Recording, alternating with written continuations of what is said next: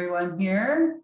I'm going to start in just a moment in case people are getting a sandwich to eat during during this or coming in take their lunch break from work. So welcome everyone. We're glad you're here. Good afternoon. I'm Amy Blythe, Director of Parent and Family Relations at Lafayette College. I'd like to thank you for joining us for today's presentation, Revolution and Revelation, the musical Hamilton on Broadway with Professor Mary Jo Lodge. Before I do sort of her formal introduction and tell you.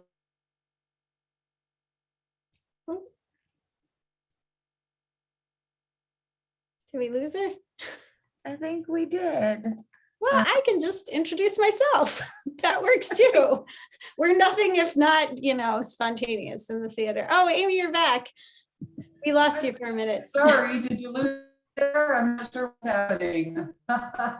So I'm going to pick up where I left off and let you know that we are using the audience mute feature. If you would like to include your full name and class year, you can do that clicking the three dots at the upper right corner and adding that to rename and type that in as you would like it to appear. Everyone loves to see class years, so we encourage that. If you're not familiar with Zoom, I think most of you are. There are different views you can select in the top right corner of your screen on your computer. You can choose gallery view to see everyone, or speaker view to see Professor Lodge speaking, which we do recommend for the presentation portion.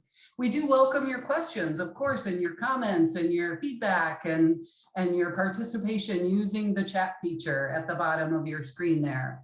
We'll sort of help Professor Lodge kind of monitor those, and then as we move on, if people want to ask a question, we'll look and see if we can do that as well. Want to let you know the presentation is being recorded so that we can share it on the Socio app and with the full reunion community and the Lafayette community after this presentation. So without further delay, I'm just going to tell you a little bit about Professor Lodge as a scholar. Mary Jo Lodge focuses on theater, specifically musical theater. She works both as a creative artist and as a more traditional.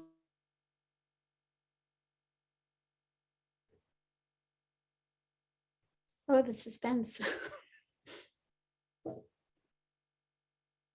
She specializes in theater for young audiences, and literary adaptations. Her research, writing, and publications focus on several related areas: popular culture as entertainment, the musical and popular culture, the musical and gender, musical theater form and structure, and the musical in mediums beyond the stage. She teaches courses in all levels of acting, musical theater performance and history, introduction to theater, women in American theater, and social change. So as you can tell, she is our resident expert, and we're excited to have her share with us today about Hamilton. So thank you, Professor Lodge. I hand it over to you. Thank you all so much for joining me today, and thank you for that lovely introduction, Amy. I am delighted to be here with all of you. I see, as I was mentioning when some of you came in, I see some of my former students and some alums I've gotten to know at events, so it's really wonderful to see you here. And as a few people are mentioning in the chat, there was this seems like a perfect day to do this, because if you were watching the Tonight Show last night, you saw the debut of Lin-Manuel Miranda did a new video welcoming Broadway back. So it's been a hard time for theater. It's been a hard time for everyone over the last year and a half with pandemic life. And of course, we're doing this over Zoom, but also that means more people can be involved, which is great. But the video that debuted last night, if you haven't watched it, it's Broadway is back. It's really charming, and I don't want to give it away, but there's lots of famous people in it. It's really a celebration of the fact that performances for many Broadway shows will be resuming in September. and which, you know, at least for me, can't happen quickly enough, but there's been a lot of really great things that have happened over the last year in theater as people, yes, thank you for posting the link there, as people have tried to find ways to keep musical theater in particular alive, which was impacted especially greatly because of the constraints on singing as a result of the pandemic. So of course, I've been working on this book. I have it right here. Here's my book. So this is Dueling Grounds, Revolution and Revelation in the Musical Hamilton. Did not expect the show to not be on when the book came out, considering it was such an extraordinary success. That was not something that really entered my mind, that it would not be happening. But I became, obviously I write a lot about musicals. I just finished an article yesterday. My next book chapter is on the musical on television, the live musical. So there was some news that came out yesterday about the new Annie Live musical that's going to premiere on NBC in December. And so I look at musicals from a lot of different directions. And I've been intrigued by Hamilton from the start, because I think there's some really interesting and different things that are happening in Hamilton. And I had previously written a great deal on a musical that some of you may be familiar with, 1776, which covers the same time period as some of the events in Hamilton. So I already was interested in musicals and musicals that deal with history, and particularly American history. And then coupled with our college's connection to Lafayette and to, by extension, his connection to Washington, this just seemed like a musical that would resonate in so many ways for all of us. So anyway, I was just thinking about when Hamilton first opened and people were asking me if I was going to be taking my classes to see it. It's like, you can't get tickets, so I will not. In fact, a few of these students might have been in some of my classes. It's like, I'd love to, but so Hamilton's a really interesting case in terms of the pandemic, because as I'm going to talk about a little bit today, many of you may have seen Hamilton now because it was released on Disney Plus. As part of the, it was released much earlier than intended. And so you've been able to watch Hamilton on your TV screen for much of the duration of the pandemic. So it will be an interesting test case to see if audiences do go back to the theater to see Hamilton in person once it does reopen later this fall. So, so back to the book. The book is it's an edited collection. So what that means is I worked with my co-editor, Paul Laird, who is a musicologist at the University of Kansas. And musicologists, there are a number of musicologists study many things, but there's a whole sort of subset of musicologists that study Broadway musicals, but really from a theater or from a music perspective rather. Whereas as a theater and dance scholar, I study obviously from that end. So Paul and I were a good fit to work together because we were able to bring those perspectives from our different fields. And we really wanted to create a collection that included scholars from all different fields to talk about Hamilton, because there's a lot happening in the show and it crosses many disciplines. And that seemed, and I know Paul and I were seeing presentations on Hamilton and at conferences, and I was having conversations with my Lafayette colleagues, for instance, about Hamilton, and in fact ended up co-authoring an essay for the book with Chris Rubeck, who some of you may know as a professor in the economics department. So we were certainly crossing over and joining to create some scholarship for this as well. So the book grew out of our interest, out of seeing some really great Hamilton work. How an edited collection works, if you're not familiar with that, we spoke with our editor at Oxford University Press and said, hey, we really think there's something interesting happening here. There's a lot of great work. There's a lot of great stuff about this. We'd like to put together an edited collection. And he said to go for it, Norm Hershey, our great editor. And we put out a call for papers for the book, and we were completely inundated. We got like, I don't know, like 60 some, which is unheard of. If you do an edited collection, you might get, maybe 10 or 15 people want to be a part of it, because they're fairly specialized scholars that would participate. But because we were crossing disciplines, and because Hamilton was so innovative and exciting, many people wanted to be a part of it. So we were able to find eventually 13 contributors plus Paul and I to write about different aspects of Hamilton. So what I'm going to talk about today, I either co-authored or authored a number of chapters in the book.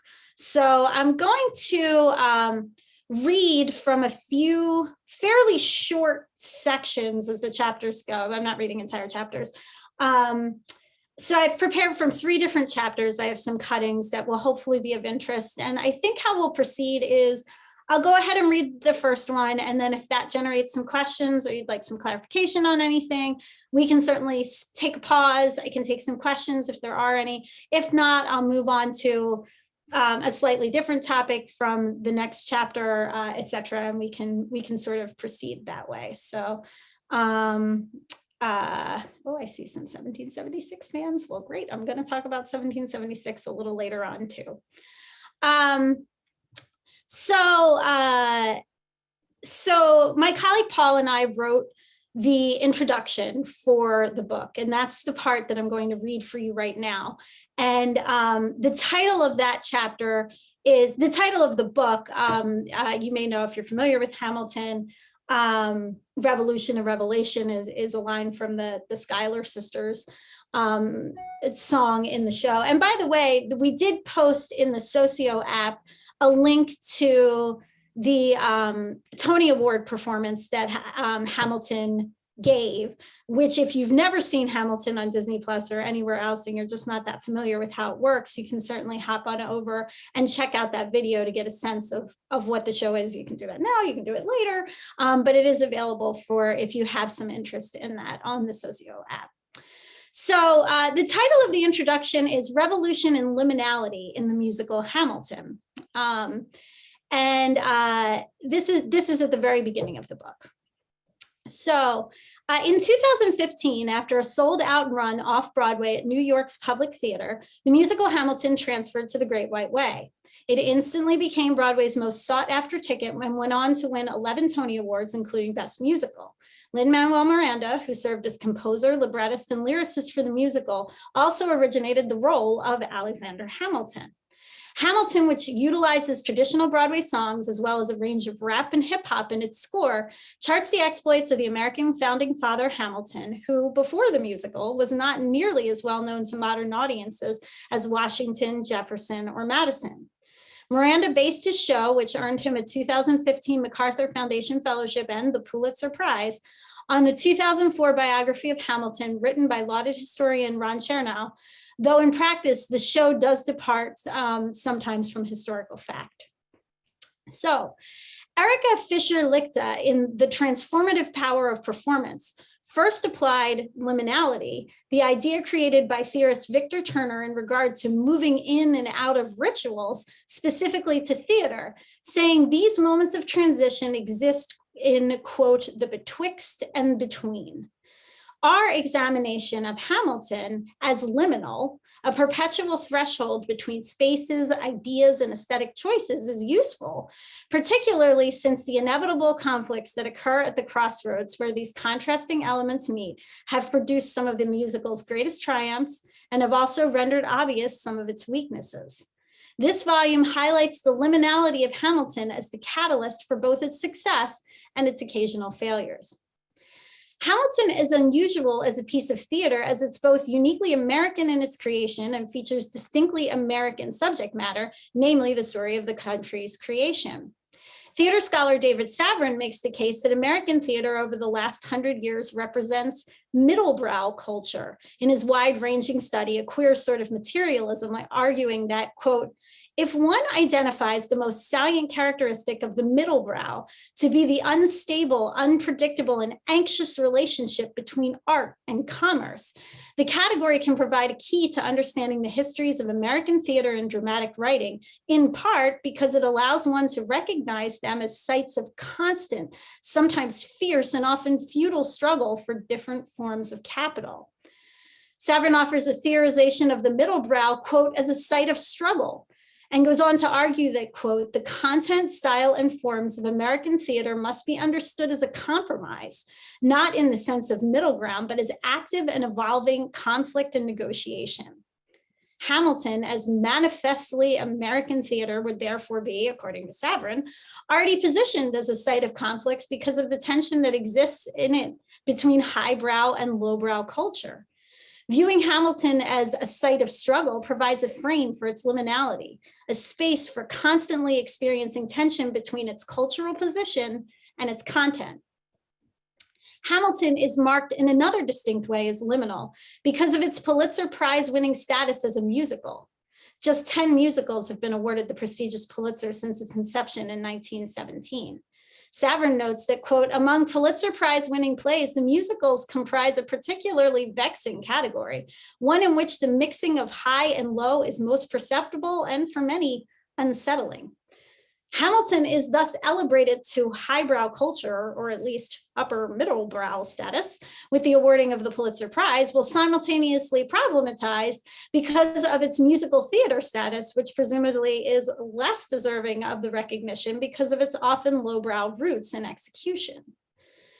Hamilton has another way in which it's liminal, which it has in common with its Broadway musical predecessors that also won Pulitzers, and which suggests that its content also marks it as a site of struggle. Savrin makes the case that earlier winner South Pacific, which appeared on Broadway in 1949, is, quote, a middle brow masterpiece, a politicized and hence serious example of a frivolous theatrical form.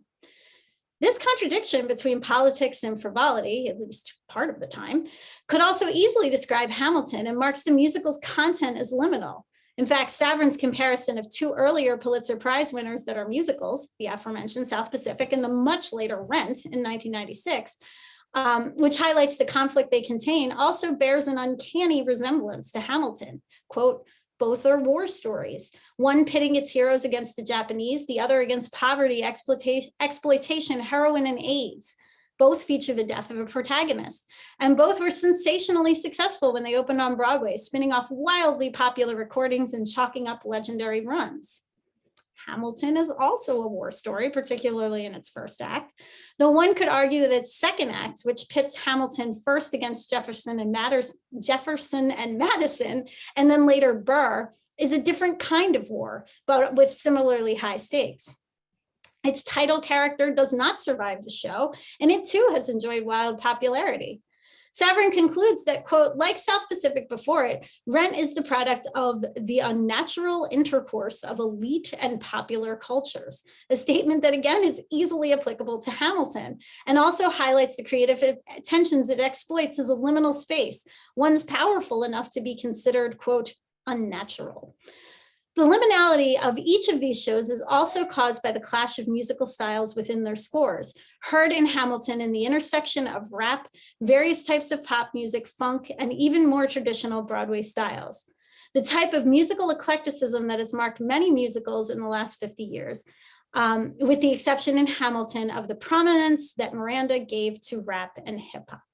So that's the end of the first section I'm going to read, which is that's kind of the framing device and why a lot of people tend to ask, like, well, what's liminality, or what does that mean, or how does that apply here? And so that's the scholarly framework we use, because we noticed that where Hamilton was finding its greatest success and running into problems was where rap met show tunes, or where American history sort of struggled with fact and fiction, and where those two things meet on the stage. So if there are any questions about that or anything you'd like me to elaborate on, I can do that. Otherwise, I can keep going and talk a little bit about 1776 and Hamilton. So I'll check the chat here. right. Well, I'm going to trudge on ahead then, and you can certainly ask questions about any of that. And I've tried to select passages to sort of give an overview of what Hamilton is about, or what the book is about, or what we're trying to discuss here. So, so the next chapter I'm going to pull from is chapter 9 of the book. And this is a chapter that I co-authored with another one of our contributors, Alan Patrick Kenny, who is at Ohio University. And we wrote about Thomas Kail, who is the director of Hamilton, and his relationship with Lin-Manuel Miranda. And so, but also this chapter gave us a chance to give the origin story of Hamilton, which, you know, I think many people know the, like, Lynn read Ron Chernow's book, and then somehow they got to the White House, and then there was a musical that was a big hit. And so this little section kind of fleshes out what else happened in that, on that road. And if you don't know, Kail and Miranda had previously worked together on Miranda's first Broadway hit, which was In the Heights. And In the Heights is in fact coming out, I'm looking at my calendar, in 2 days. It will open on HBO Max. So you can check out the long gestating film version of In the Heights, which at least so far has gotten rave reviews from what I've seen. So I'm certainly looking forward to seeing it. So this chapter, the first part of this chapter, talks about the origin story of In the Heights and how Kail and Miranda came to work together on In the Heights, which also happened at In the Heights had a lot of its development at the Drama Bookshop, which has been in the news this week as well. There's lots of current things happening because Miranda and Kail and David Corrins, the designer of Hamilton, actually ended up buying the Drama Bookshop, which had closed after falling on some economic hard times. And the drama, they are doing a splashy reopening of the Drama Bookshop. I know it was open to journalists yesterday, so that will be coming very, very soon. But anyway, so Kail and Miranda got In the Heights kind of against all odds and through a very long development process open on Broadway, and some well-deserved accolades followed. And then it became about, you know, as King George says in Hamilton, well, what comes next? And that's what I'm going to talk about here. So the title of chapter 9 is Hamilton and the Liminal Director, Navigating the Space Between Writer and Star. And the other thing this chapter talks about is what's it like to direct a show that's being written by the same person that stars in it? Where's the space for the director in that relationship? And again, this is co-authored with Alan Patrick Kenny. So I'm picking up in the middle of the chapter. Like Miranda's In the Heights, which took many years to journey to Broadway, Hamilton too had a long gestation as a musical in development before it became a sensation off and then on Broadway. Miranda's book about the development of the show, penned with Jeremy McCarter, Hamilton, the Revolution, opens with a Google Chat transcript of a conversation between Thomas Kail and Miranda, dated August 1st, 2008, about 6 months after the opening of In the Heights, where the Hamilton project is first mentioned, but the show did not open on Broadway until almost exactly 7 years later, on August 6, 2015. After reading Chernow's biography, which I think many people do know if you know something about the story, Lin-Manuel Miranda went to work writing songs inspired by the book and rather rashly debuted what would become the opening song, Alexander Hamilton, at the White House for then President Obama, after he had been invited to instead perform from his still running hit In the Heights to close an event, an evening of poetry, music, and the spoken word in May of 2009. You can sort of see if you watch the video, it became a viral YouTube hit. That Obama did not know that he was not going to do In the Heights until he comes out and says, so I'm going to do this other thing. So it was a bold choice from Miranda. But Miranda then premiered My Shot, the second song he had written for what was then a mixtape, over 2 years later at an Ars Nova benefit performance in New York. And Kail, who was in the audience that night in his roles as friend, past collaborator, cheerleader, and audience member, knew he wanted more. From that moment, which was when Cale joined what would become Hamilton, he took on a project manager approach, corralling Miranda's capricious inspiration and energy by identifying an almost unachievable 6-month deadline for writing and delivering a concert performance of more Hamilton tunes that would be showcased as part of the Lincoln Center Songbook series. Cale's plan enabled Miranda to write about whatever inspired him and not be hemmed in by the exactitude of narrative structure or Hamilton's biographical timeline. Though the venue was not casual, Cale aimed to keep the performance stakes low, saying in an interview, "This is no backers audition, we're throwing a party. Let's see what happens when people come and interact with this music that we wanted to play." The songs that Miranda performed were from what was then known as the Hamilton mixtape and were standalone hip hop style renderings of moments in the founding father's life. They did not follow any larger rules of form, partly because Cale and Miranda had neatly sidestepped them by using their concert/concept album approach. By at first avoiding making major dramaturgical decisions, they were seemingly gallivanting against commonly accepted ways to develop a serious musical in a way that commented upon the historical Hamilton's rebellious nature. As New York Times critic Stephen Holden noted, quote, "Is this Hamilton mixtape from which 12 numbers were performed a future Broadway musical, a concept album, a multimedia extravaganza in search of a platform? Does it even matter? What it is hot. Its language is a seamless marriage of hip hop and raw American history made startlingly alive." To be clear, other shows were first developed as commercially released concept albums, Jesus Christ Superstar, Evita, Chess, and Jekyll and Hyde among them, though this typically has been to raise funds to produce those shows, which wasn't quite how things played out for Hamilton, particularly since the mixtape only existed in the live concert form at that point. Nonetheless, this concert style process worked for Miranda and Cale, given their experience both with successfully developing in the Heights and their regular side gig, the improvised hip hop theater group Freestyle Love Supreme, which played on Broadway briefly prior to the pandemic. Both of those projects functioned as rejections of the idea of writing as a solitary and formal process that happens before rehearsal and performance. Given that Miranda had not previously written a book for a musical, working first toward performing only musical moments inspired by the life of Alexander Hamilton in a concert format took the pressure off developing dramatic structure and form, and bought Cale time to nurture a direction for the project. Around that time, producer Jeffrey Seller became involved in the development of the piece, as did Oscar Eustace, the artistic director of the Public Theater in downtown New York City. When he came on board, Eustace notes that Hamilton existed as, quote, "a series of songs that were in characters' voices. Each of the songs was brilliant, but it was not entirely clear how it was all going to weave together in a story, and it was not even entirely clear what the story was. Namely, it was about Hamilton, but what was the beginning, middle, and the end? What was the arc of it? What did it mean?"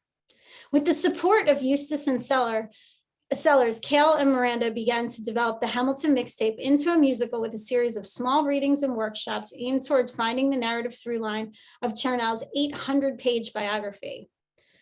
So I'm going to stop there. So that's kind of the backstory of how it got from a one-song number at the White House into a form where Eustace and Sellers were developing at that. And what followed, of course, at that point was ultimately a production at the Public Theater supported by Eustace, and then finally a transfer to Broadway for the show that many of us have come to know and love.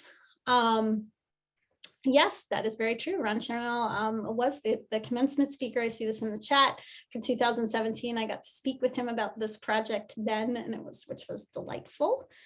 All right, so any questions, or shall I just keep on keeping on here? All right, okay. Okay, so the last section maybe that I'm going to read from is from a chapter that I solo authored in the book. Is chapter 4, and this is called Musical Founders Chic, 1776 and Hamilton as Heritage Musicals. So I opened this chapter with a quote from Ben Brantley from the New York Times review of Hamilton on Broadway. And Brantley says, Brantley, the recently, I don't suppose retired, the critic who recently left the New York Times, had this to say about Hamilton, quote, Mr. Miranda's Hamilton, a propulsive mix of hubris and insecurity, may be the center of the show, but he is not its star. That would be history itself, that collision of time and character that molds the fates of nations and their inhabitants. And then I have another quote to open the chapter by David Lowenthal, and it's from his book, his scholar David Lowenthal, The Heritage Crusade and the Spoils of History. And he says, quote, in fact, heritage is not history at all. While it borrows from and enlivens historical study, heritage is not an inquiry into the past, but a celebration of it, not an effort to know what actually happened, but a profession of faith in a past tailored to present day purposes. And it's actually that quote that has intrigued me for years, that first led me to write about 1776 and then eventually to write about Hamilton, which seemed to be covering some of the same ground. And in this chapter, I spend the first half of it talking about, well, what do 1776 and Hamilton get wrong, historically speaking? Because there's quite a bit that's not exactly true in either one. And then I go on to talk about how 1776 and Hamilton can be considered founder chic. And I'm going to talk a little bit about what that is, which is usually a term applied to books. So this is picking up in the middle of the chapter, and I start out by saying, well, 1776 and Hamilton are not entirely accurate. These inaccuracies do not prevent them from being considered founder chic, however, which is a classification typically reserved for a very specific kind of history book, usually geared toward a popular audience. Waldstreicher and Paisley provide a useful view of founder chic in Historians on Hamilton, and note that, quote, nearly all versions display four main characteristics. The first is a focus on the founding fathers, wherein the writers seek to, quote, give them credit for the birth of the nation and much of what is good about America. Second, founder chic centers on, quote, questions of character, and it typically highlights character flaws in order to help understand how the founding fathers' personal lives shaped the nation. Third, it is, quote, avowedly establishmentarian, no matter how much it traffics in revolution. And fourth, it highlights, quote, a relatable founding, full of behavior and ideas and values modern readers can embrace as their own. Certainly, none of these characteristics suggests historical inaccuracy, but in shaping these four qualities, the writers and historians who produce the genre often make choices that present their central characters in particular ways, which may not entirely support the historical record. To return to the musicals, the heroes of both shows, Adams in 1776 and the title character in Hamilton, undoubtedly meets the first two criteria that Waldstreicher and Paisley lay out for founder chic, particularly since each musical describes its central character as a flawed but driven founding father who played a major role in the creation of the country, but who many of the other founding fathers can't stand. If you know 1776, John Adams spends a lot of time talking about how he's obnoxious and disliked, which is something that would apply very well to Alexander Hamilton. Also, both 1776 and Hamilton, for all of their association with revolution, are also justifications for the status quo, the third characteristic of founder chic, rather than for any great change. Hamilton is a story that celebrates, above all else, legacy and the past. 1776 is actually the more revolutionary of the two, since it unfolded in the shadow of the Vietnam War, and it includes the fictional character of the unnamed courier, who sings a plaintive anti-war ballad. Despite this, 1776 still largely celebrates America, particularly as it was in the days when the Declaration was written. It is the fourth characteristic of founder chic, however, that most defines these musicals, particularly in regard to race and slavery. Waldstreicher and Paisley's assertion that founder chic encourages the highlighting of moments in the past that might appeal to modern sensibilities has, they argue, brought about a new focus on abolition Ending Slavery, and Manumission, The Voluntary Release of Slaves by Their Masters in the Genre. Both musicals, too, highlight the role of slavery in early America, while simultaneously praising their central characters for their anti-slavery points of view, which, at least for Hamilton, aren't entirely justified. While John Adams never owned slaves, Hamilton certainly did. Both musicals explore slavery differently. Waldstreicher and Paisley noted that 1776, quote, used the problem of slavery as a sobering third act crisis, emphasizing the degree to which the sin fell on everyone present and threatened the new nation. While much of the debate depicted in the musical revolved around how to handle the practice in the Declaration, the issue is presented most powerfully, this is in 1776, in Southerner Edward Rutledge's song, Molasses to Rum, which critic Ben Brantley calls, quote, a sinister account of slavery. The driving dark discordant music in The Fierce Bridge, in which Rutledge assumes the role of an auctioneer at a slave auction, allows Stone and Edwards, the writers of 1776, to present the horrors of the institution of slavery in a unique light. They give a Southerner the song, and he uses it to attack the Northerners for their culpability as the gatherers of the slaves that the Southerners hold. It serves to remind modern audiences that slavery was an American institution, not simply a Southern problem. Certainly, this depiction is in keeping with Founder Chic's fourth characteristic, which makes past practices more palatable for modern audiences, in this case, by condemning everyone even peripherally involved with them. In Hamilton, by contrast, Hamilton and his friends, particularly John Lawrence and his wife Eliza, are presented at least nominally and not entirely accurately as abolition activists, though as historian Lyra Monteiro points out, quote, in the script itself, slavery is unquestionably downplayed, confined, as she notes, to a few, quote, brief lyrical references. Monteiro points out another troubling element of Hamilton in regard to race. Though theater critics have praised the groundbreaking casting, which allows actors of color to play nearly all of the roles, not a single enslaved person or free person of color exists as a character. In utilizing the casting as they have, the play has effectively removed all voices of slaves, and Miranda, following Ron Chernow's lead, simultaneously perpetuates the inaccurate, quote, impression that Hamilton was special among the founding fathers in part because he was a staunch abolitionist, end quote. This is clearly in keeping with the tendency of Founder Chic to present a relatable history. And David Lowenthal notes that, quote, seeing slaves and women as less than men was not then discordant with professing liberty and equality. But because it is now, we feel forces to improve on history in our heritage. Lowenthal thinks these improvements made to history, links these improvements made to history as a vital component in heritage, which it can be argued that Founder Chic, both as literature and as musical theater, is actually presenting. It is in this updating where the liminal space between history and heritage resides. Lowenthal notes that, quote, updating almost always means upgrading. We improve our heritage by endowing the past with today's exemplary perspectives. Scholar Jessica Moody says, quote, heritage is not a physical thing left over from the past, but an actively constructed understanding, a discourse about the past, which is ever in fluctuation. It is in this construction of meaning, by making particular choices about what should be changed from the historical record, that both 1776 and Hamilton's demonstrate that they are heritage rather than history musicals. So that's the end of that section. So yes, dramatic license to be sure.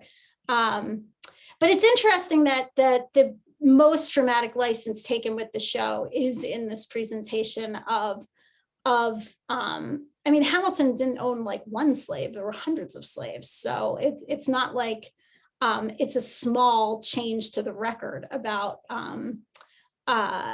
what his stance on slavery was. So I can take questions if there's anything you're dying to know or anything you want to know about the book. Yeah. I have a quick question, if I may.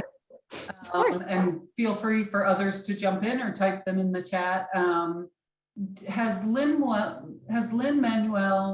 has he addressed that issue of not including that part of the Hamilton story?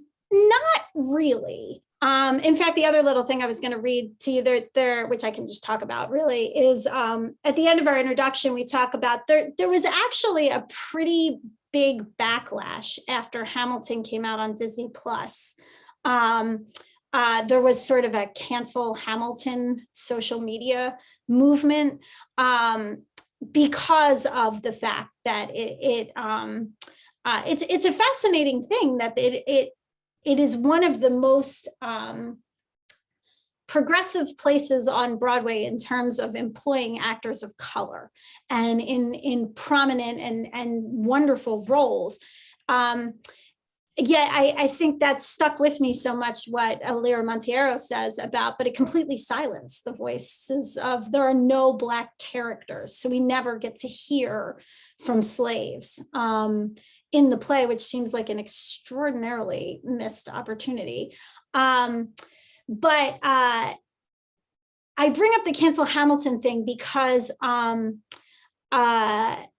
Hamilton had, I'm actually going to read you a tiny little chunk because I'll probably could say it better and more concisely here. Hamilton went on to Disney Plus. I'm just trying to find where this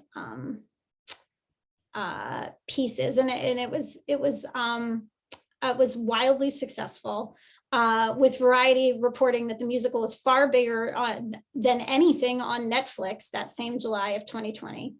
While noting that Disney does not disclose hard numbers on its popular streaming titles, but concluding that statistics suggest that Hamilton's early viewership was almost 3 times the number of that watched the second widest reaching title that month, which, remember, this is pandemic times. It's an extraordinary number of people. But the streaming premiere presented some challenges for the show and for creator Miranda in particular, as it debuted just over a month after the death of George Floyd, which catapulted the Black Lives Matter movement into a new and widely supported public prominence that spurred protests around the world against police brutality and laid bare the racism at the heart of many American institutions. Miranda and the show did not speak out about Floyd's death or the surging Black Lives Matter movement for several days and were heavily criticized for the reticence until Miranda and Hamilton producer Sellers issued separate videos addressing the situation. Miranda noted in his filmed social media apology posted on the show's official Twitter account on May 30th, 2020 that, quote, "We spoke out on the day of the Pulse shooting. We spoke out when Vice President Mike Pence came to our show 10 days after the election, and that we have not yet firmly spoken the inarguable truth of Black Lives Matter and denounced systemic racism and white supremacy from our official Hamilton channels is a moral failure on our part. As the writer of the show, I take responsibility and apologize for my part in this moral failure.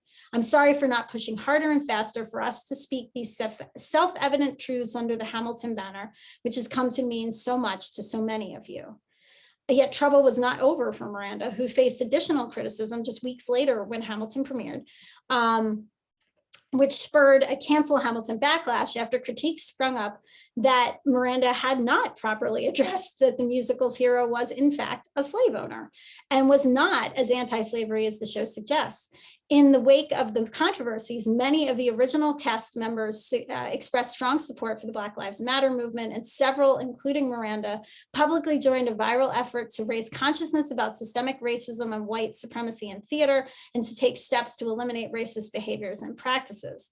Leslie Odom Jr., who played Burr to Miranda's Hamilton, revealed that he fought hard to be paid a fair wage for his role in the Hamilton film, demanding equal pay to what white actor Aaron Tveit, the star of the Grease Live television production that ran on Fox in January of 2016, received, noting, quote, "If my Black life matters, make sure I can take home money to feed my children."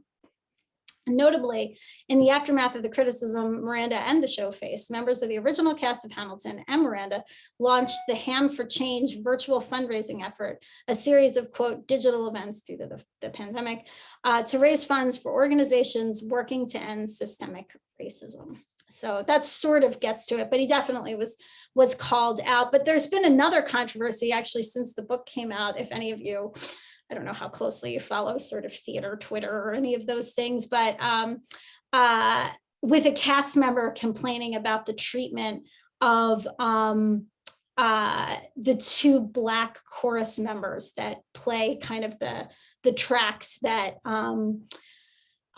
they felt they were treated as expendable, and the actor kind of gives a harrowing take on how the production was actually not inclusive to all actors of color, and that's certainly launched some backlash. So it'll be interesting to see not only how the show does economically after having run on Disney Plus, but also what kind of changes the show is actually committed to in the light of these different controversies that have arisen.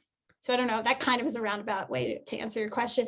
To my knowledge, though, he has not specifically come out and said, you know what, actually Hamilton did own slaves and we downplayed that and we shouldn't have, which I think is what a lot of people were looking for. Yeah, no, I appreciate that. And, you know, I think they're going to have no problem filling seats. No, I don't think so either. That's my prediction, but. They're, yeah, I don't think they will either. And there's certainly, it's already running again in Australia, which has been sort of both thrilling and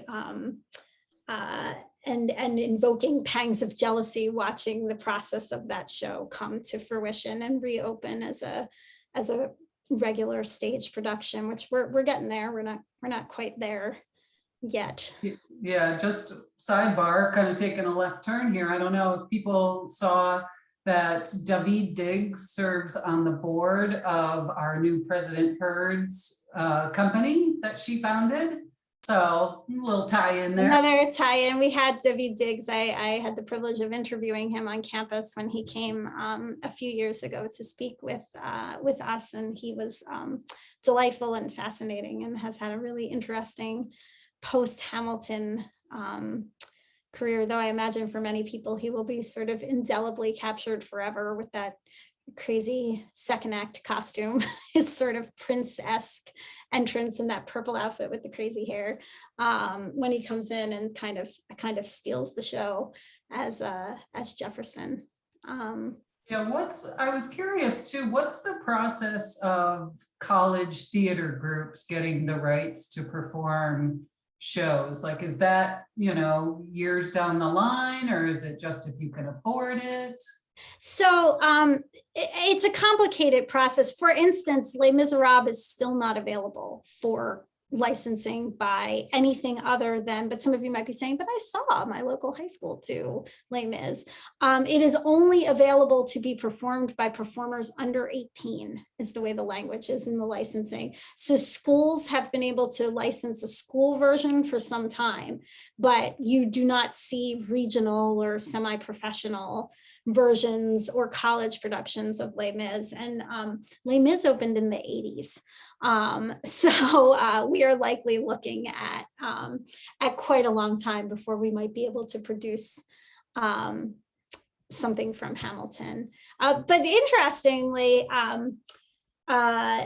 Lin has been very open in his discussions of future castings of Hamilton, that Hamilton could be played by women, that one of the critiques of the show, and we have the amazing theater scholar Stacey Wolf has contributed a chapter to the book, who's also the author of A Feminist History of the Broadway Musical, and really takes Miranda to task for the female roles in the show, which are thin at best and lack the richness. But there's also so many male roles in the show, which would make it, most colleges typically have a huge number of women that want to participate in theater productions and a small number of men. So unless Miranda is committed to that sort of gender neutral casting of the show, it's probably not otherwise going to happen at a college level, but I imagine whenever it is. Now, that said, In the Heights has become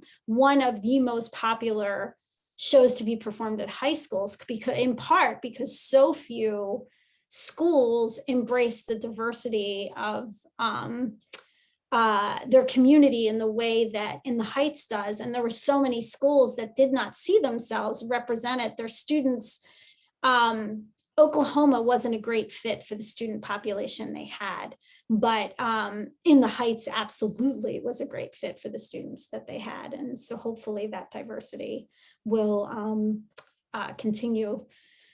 But I'm sorry to say we won't be doing Hamilton anytime soon. Well, it would be awesome to see a woman or a person of color play the king too. Yes, yeah. Hey, I see Professor Westfall in the crowd. Do you have any questions? Oh, you're muted, Suzanne. Suzanne is my wonderful colleague in the theater department. Mary Jo and I have worked together for what, 20 years now? So Like that. A long time. my questions before, but yeah, the concept of casting huge troops of men is not going to sit well with our wonderful women in the theater department. Yeah. In fact, next year, Mary Jo is directing an all-female show. An all-female cast. I don't know if you've recently seen the controversy on Broadway that of the few shows that have announced their returns, 3 of them are entirely male casts. And so after a year when Broadway has been talking about diversity and inclusion, apparently not for women, but I am taking a stand and doing an all-female production at Lafayette. Although we do, if any of you are concerned, we have some, we are also doing an all-male production to balance out our season.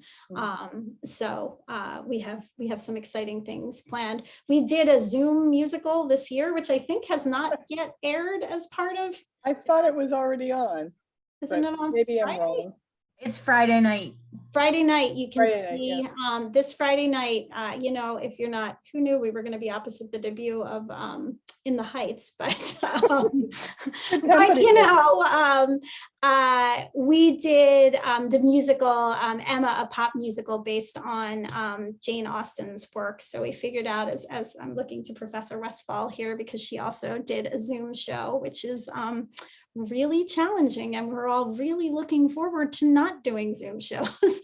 But all that said, we were really proud of, and I was incredibly proud of what we pulled together and how our students managed from locations all over the country to come together and to produce a musical. So we have tried to keep our commitment to musical theater alive, both through coursework this spring, through producing a musical in the fall, through this new book and some student work.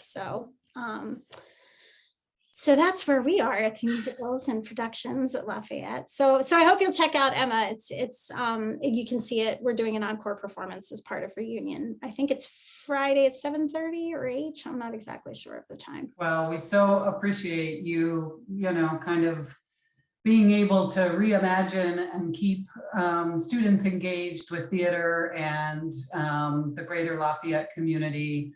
I know you guys as professors were juggling a lot, so to be able to do that too and throw that ball in the air as well, really, really appreciate that. I also wanted to mention, and correct me if I'm wrong, Professor Lodge, that you are willing to sign book plates for anyone who might yes. book or be wanting to purchase it following this talk. Yes, absolutely. The book is available in the bookstore or on anywhere where books are sold. So The new drama bookstore that's reopened. yes, so I was talking about that earlier, the drama bookshop. So it's not open quite yet, but it's almost open. But So yeah, should I would be folks happy to email sign. you, or how does that happen? I don't know. Well, you're certainly welcome to email me. I can put my email in the chat. Here in my Lafayette, maybe. All right, well, while you're doing that, I just want to, we're getting close to the end. We still have time for questions. If anyone wants to wrap things up with a question you might have been holding. I have a question. Mike? Hi, Marie. Hi. Thank you. It's a little lighthearted, but kind of two-part. If you could play any character in the show, who would you want to play? And I always love seeing your Daveed Diggs pictures pop up. Have you gotten to meet anyone else associated with the show? Or if not, like coming out of the pandemic, is there a dream person you can meet and have coffee with and talk about the book? Sure. Yeah, so I would want to play Angelica. I had a lot. I spent a long time as a performer before I was a director, and some of these students have seen me perform, though I mostly direct these days. But Angelica, I think, is the richest role by far for women in the show. Eliza gets some great songs, but Angelica, who actually does not appear on stage very much in the show. No, I mean, I met Ron Chernow and David Diggs. Mainly through Lafayette Connections. I've seen Lynn speak a number of times, or we've been at the same event, but I have not yet had the chance to meet him.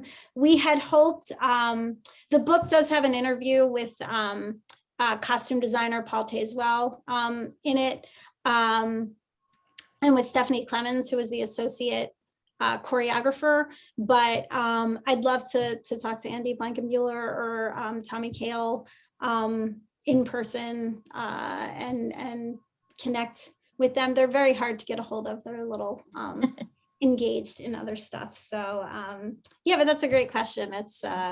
It's been fun to work on this. And actually, I think I just told Suzanne this, but I just signed my contract for my second book last Friday. Wow. So it's a new musical theater history book that will come out from Rutledge in December of 22 is the plan, but it's called Milestones in Musical Theater.